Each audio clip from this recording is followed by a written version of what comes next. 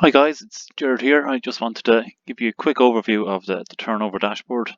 So you'll see here we're just on the main page. I suppose this large button here will allow you to open the main punch list spreadsheet.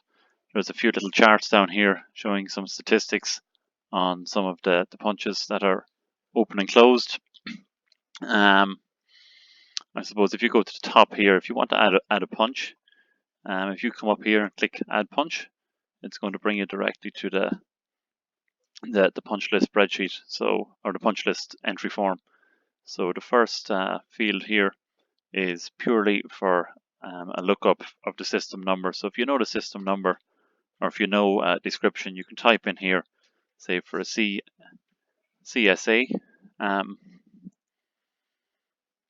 punch, it'll bring up all these forms. So if you know what you're looking for, you can use this.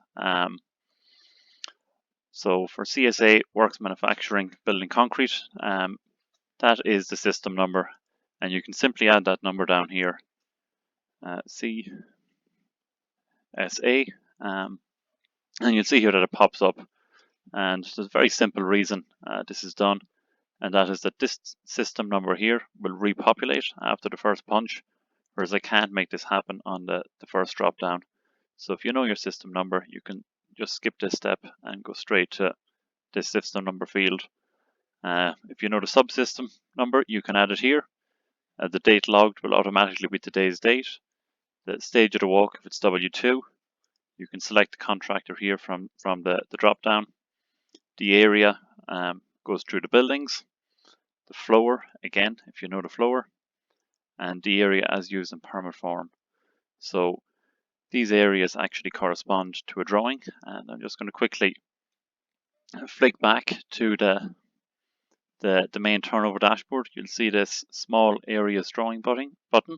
So if you click here, it'll actually bring you to this drawing, and this just shows you all the small areas within, say, the BDS here, right down to the cub, the warehouse, the roofs, etc. So if you want to use those more precise areas, those would be available here in this drop down. Raised by, if you type your name in here, some individuals are on the list and it'll pre-populate. If your name doesn't pop up, that's no issue. You can just actually type it straight in. So myself, I'm not there, but I can type in my name here, just like that. And we can proceed then to add the punch. So everything above this blue line will repopulate. I'll show it to you in a second. Everything below the blue line is for our new punch. So if it's mechanical CSA or electrical, you can click it here and you can select the type of punch. Is a category 1, 2, 3.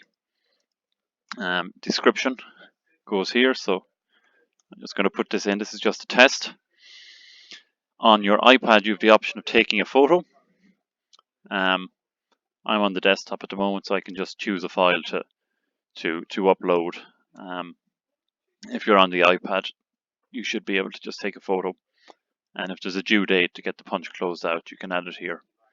As soon as you hit submit, that punch makes its way to the spreadsheet. And so I'll just go back. I'm going to click this open punch list spreadsheet, and that brings you here into the master document. So if I'm going to scroll right down to the bottom,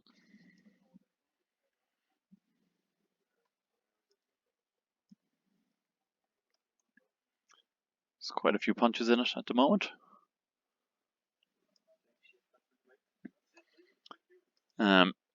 You'll see here this punch added by myself, description test, with a photograph was just added. So if you click on this photograph or this link, it'll bring up a link here. You can very quickly just download the photograph you added to the punch. It just keeps everything together. You can open and close your punch here. So everyone with edit access can open and close the punch. If you close it, it automatically puts a stamp of the date it was closed. But everyone can edit this. If you want to use a filter, you can actually come in here on the top, and you can create a new filter view.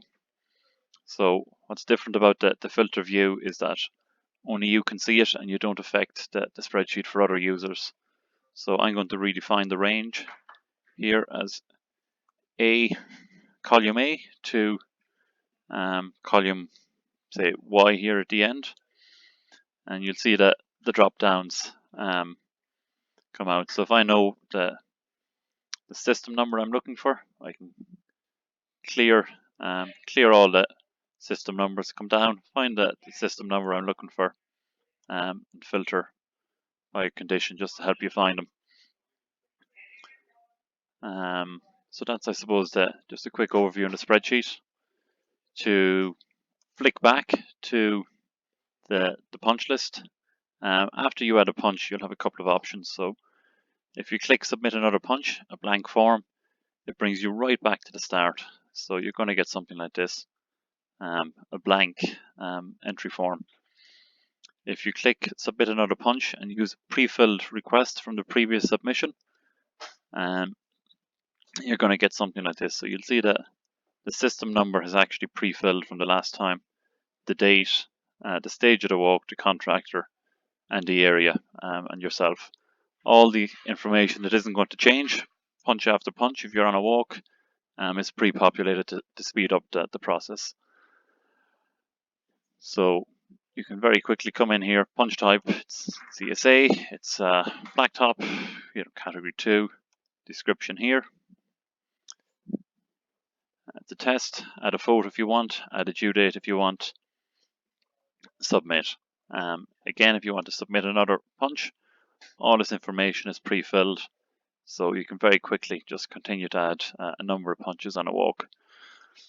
Coming back to the dashboard, I'm just flicking between them. If you open the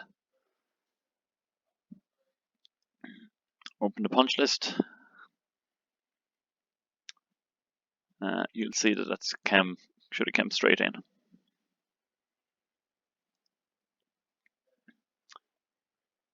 So I suppose that's just a quick overview of the system, and if you have any questions, let me know. Thank you.